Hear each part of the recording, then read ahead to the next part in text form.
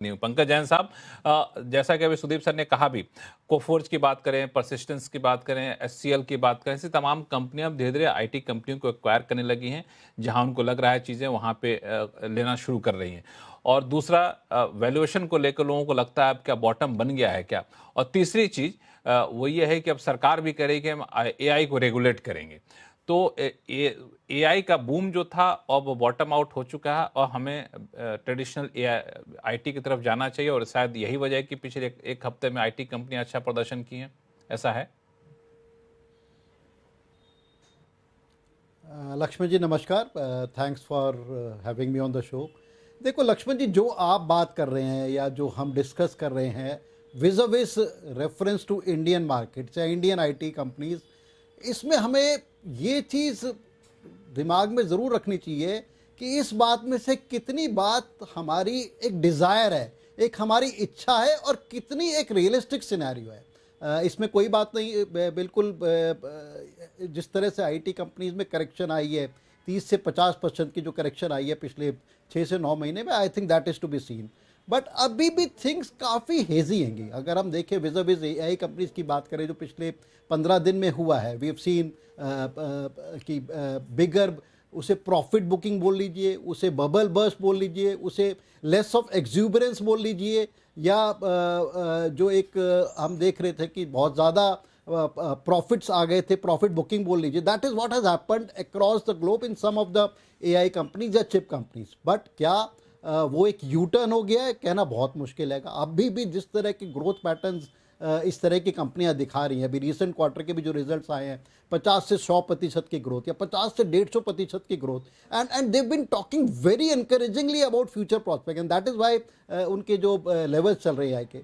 सो अभी ये मानना कि आईटी कंपनीज की विज़ इंडिया दिक्कत खत्म हो गई, कहना बड़ा मुश्किल हैगा।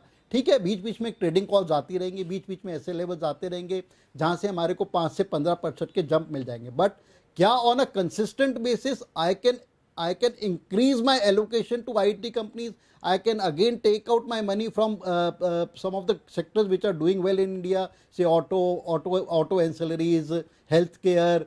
क्या उससे पैसा निकाल के मैं आईटी में ले जाऊंगा? I am still doubtful. At least I won't do that for my self, और ना ही मैं अपने क्लाइंट्स को ही बोलूंगा। ठीक है, जो म्यूचुअल फंड्स हुए या इंस्टीट्यूशंस हुए, बैंक्स हुए, they have to maintain a certain percentage of portfolio in IT companies, उनको एक सेमलेस। बट उसमें भी जो भी हमारे मित्रगण हैं, I am sure they are maintaining that percentage level at the lower end, अगर जो भी उनको हैगा। सो अभी मेरे को नहीं लगता कि IT companies as such they are out of the woods, ऐसी बात नहीं है। क्वार्टर वन के अब रिजल्ट्स आने हैं, and it is to be seen कि रिजल्ट्स कैसे आते हैं। ठीक है, रिजल्ट्स हो सकता है, ये मैंने आपके कार्यक्रम में पहले भी कहा है, हो सकता है रिजल्ट्स बहुत ख़राब ना है, क्योंकि उनको जो एक रुपी डॉलर सिनेरियो होता है, जिस तरह के अप्रिसिएशन डॉलर में मिला था, उसका शायद पिछले क्वार्टर में फ़ायदा मिल जाए। बट उनकी किस तरह की कमेंट्री आती है, that is to be seen. क्योंकि मैं मानता हूँ कि at end of the day most of them are carrying good management, and they definitely present a realistic picture.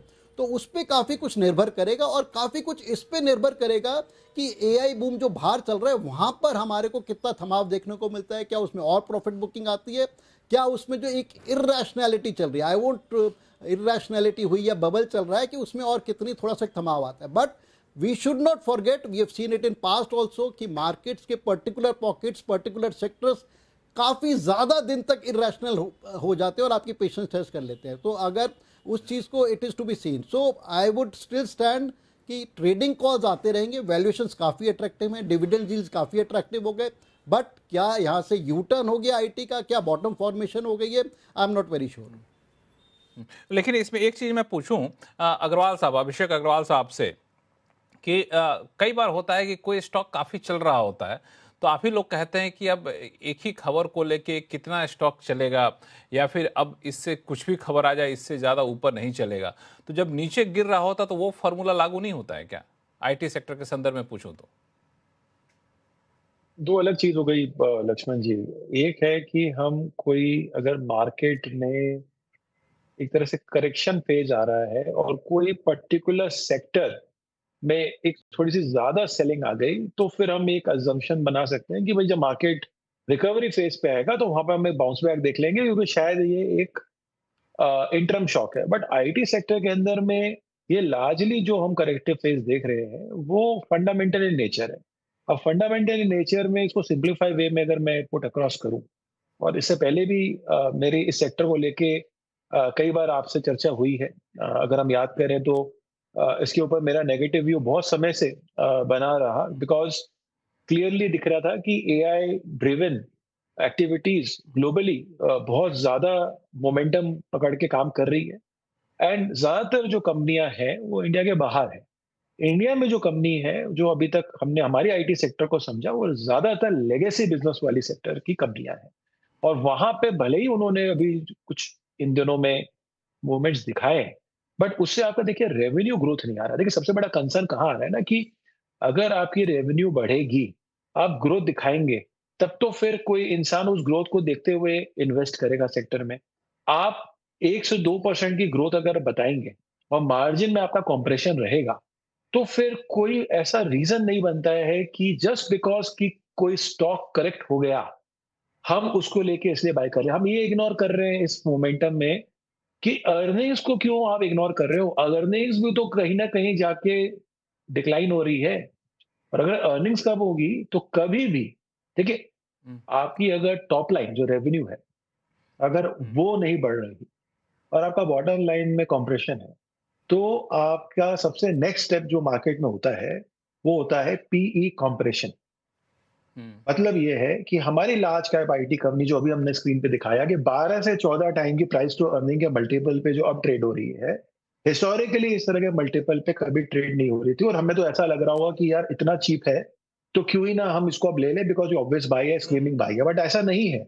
Yes, hmm, a, valuation attractive है, डिनायल ही नहीं है इस बात को लेके, बट इसका मतलब ये तो नहीं है कि ये प्रॉब्लम सॉल्व कर दी इन कंपनियों ने, जहां हमारे पास ये क्लैरिटी आ गई कि इनकी ग्रोथ कहां से आएगी, क्योंकि एआई ड्रिवन एक्टिविटी में अभी भी कोई बहुत ज्यादा स्ट्रॉन्ग एविडेंस हमारी इन लेगेसी कंपनियों ने हमें अभी तक नहीं दिया है।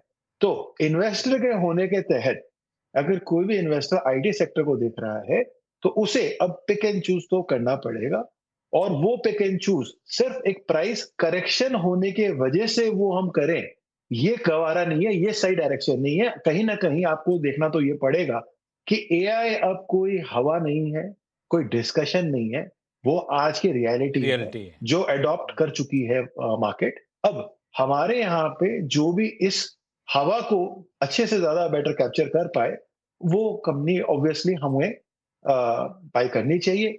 और अगर वो हमें सस्ते में मिल रही है, कोई भी रीजन से, चाहे वो डायरेक्ट नहीं तो इनडायरेक्ट भी हो सकती है, तो बिल्कुल देखना चाहिए। बिल्कुल, दरअसल ये आपने अच्छा पॉइंट कहा कि एआई अब हवा नहीं है, एआई अब रियलिटी बन गई है। अनिल राय जी, मैं आपके पास आऊँगा, लेकिन एक सवाल सुदीप सर से आपसे पूछूँ कि हम लोग तो एआई और इसके इम्पैक्ट आईटी पे चर्चा कर रहे हैं एक निवेशक के पॉइंट ऑफ व्यू से। किसी के पास लाख शेयर है, किसी के पास 1000 शेयर हैं, किसी के पास 50 लाख जो भी शेयर हैं, उसने कुछ पैसा लगाया हो, लेकिन आईटी कंपनी ने तो अपना पूरा स्टेक लगा रखा है ना, पूरा उनका कह सकते हैं उनकी विरासत है, उनका साम्राज्य है, तो उनको तो ज्यादा चिंता सता रही होगी ना, तो वो कुछ नहीं कर रहे होंगे क्या? नहीं, बिल्कुल कर रहे हैं लक्ष्मण जी। हर आईटी कंपनी पूरा तरह से लगा हुआ है। अगर आप देखेंगे, इसका मैं ज़िक्र कर रहा था, इन्फोसिस देखिए, इन्होंने टाई अप किया है ओपन एआई के साथ, और एंथ्रोपिक के साथ। टीसीएस ने भी ओपन एआई के साथ टाई अप किया है।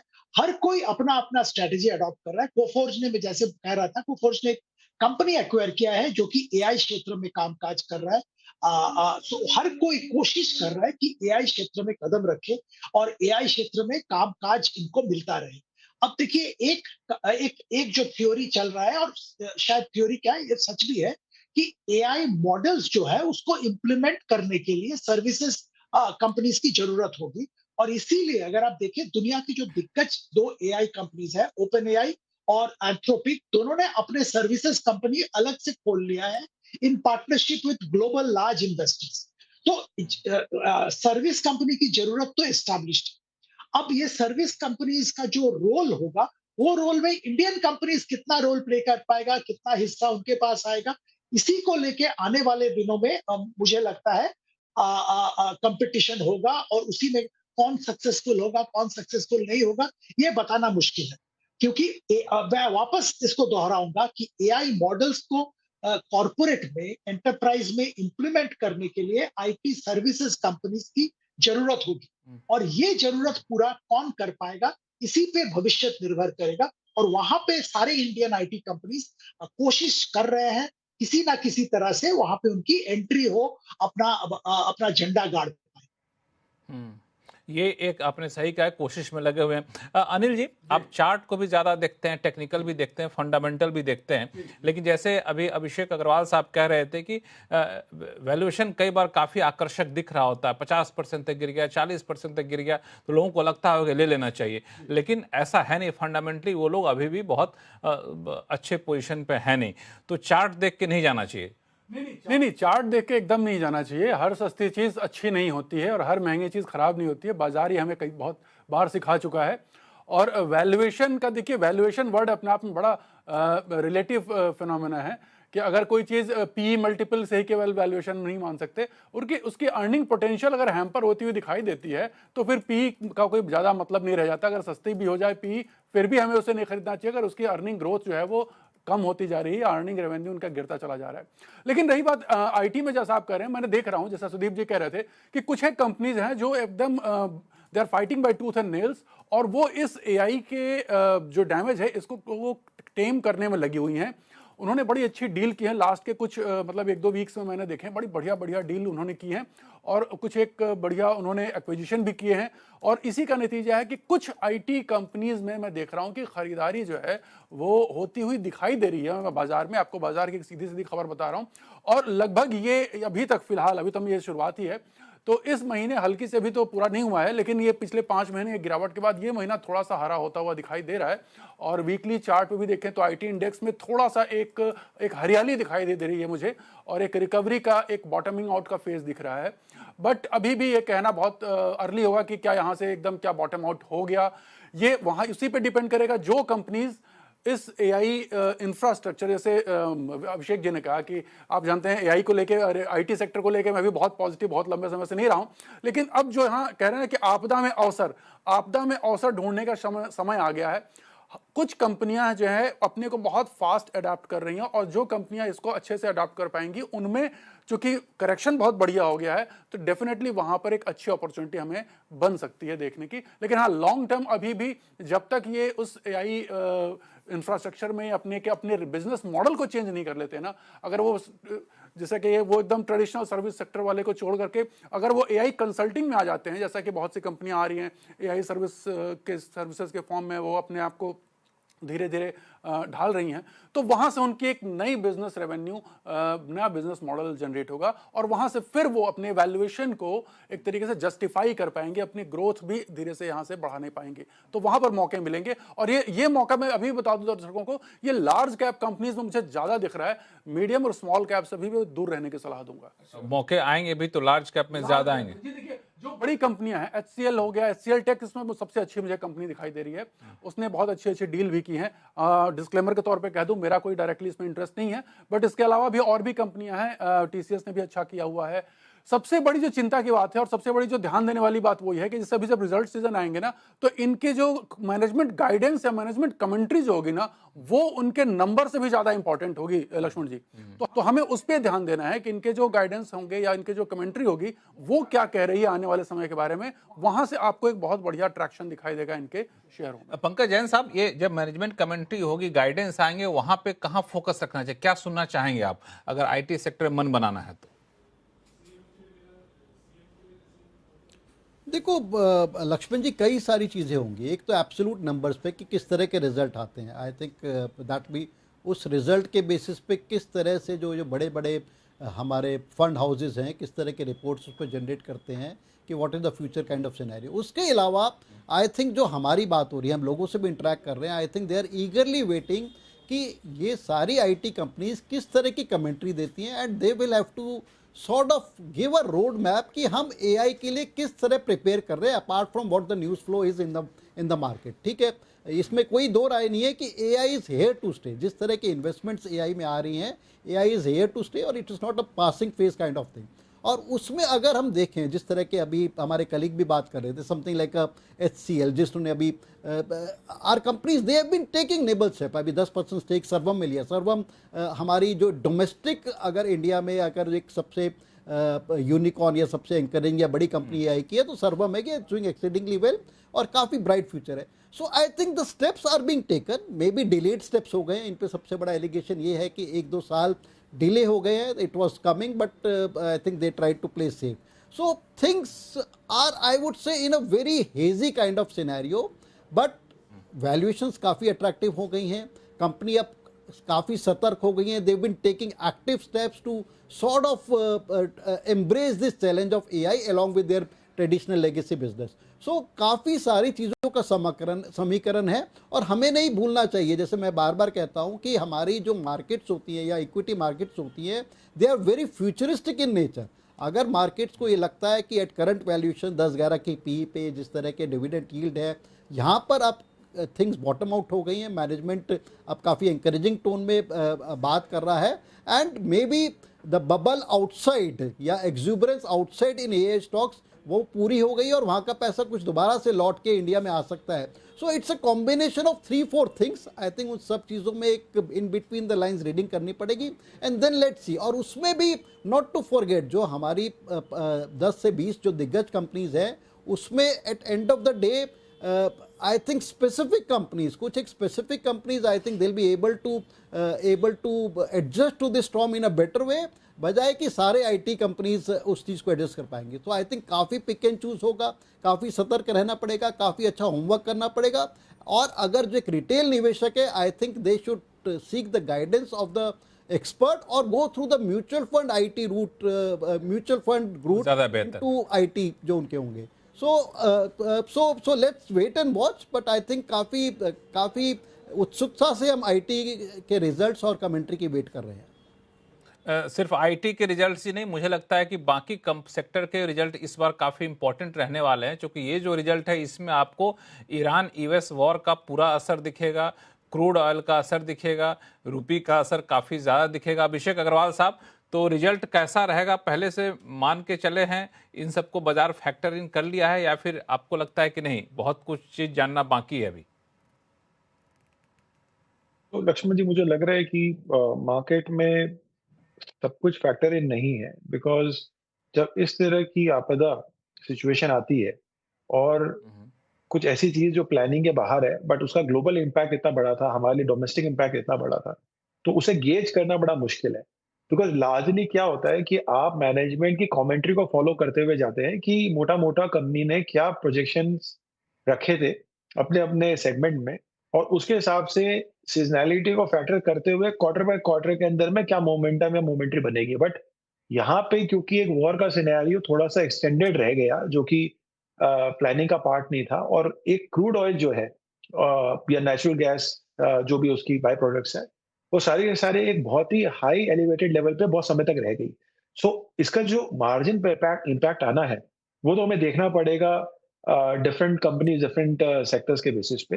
एंड उसके बेसिस पे मुझे लग रहा है कि मार्केट उसे प्राइस फिर उसके बाद से करेगा. तो आप एक लेवल पे वापस कुछ वॉलेटिलिटी देख सकते हैं, बट इस बार जो वॉलेटिलिटी आप देखेंगे वो आपको स्टॉक स्पेसिफिक मिलेगा. इससे पहले जो वॉलेटिलिटी थी वो लार्जली फंडामेंटली ब्रॉडर लेवल पे थी.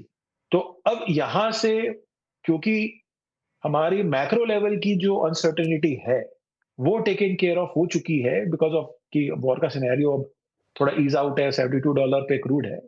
अब हम यहाँ पे मैनेजमेंट यहाँ से अपने बिजनेस को किस तरह से देख रहे हैं, डिमांड को किस तरह से हम एक्चुअल में देख रहे हैं नंबर्स में, और मार्जिन आपका कहाँ रह गया इतने बड़े डिबैकल के बाद, उसके बेसिस पे आपकी एक्चुअल कंपनी की कॉम्पिटेंस क्या है वो दिखेगी. और इस बेसिस पे आप देख सकते हैं कि री रेटिंग ऑफ द स्टॉक बिल्कुल होने की पॉसिबिलिटी है.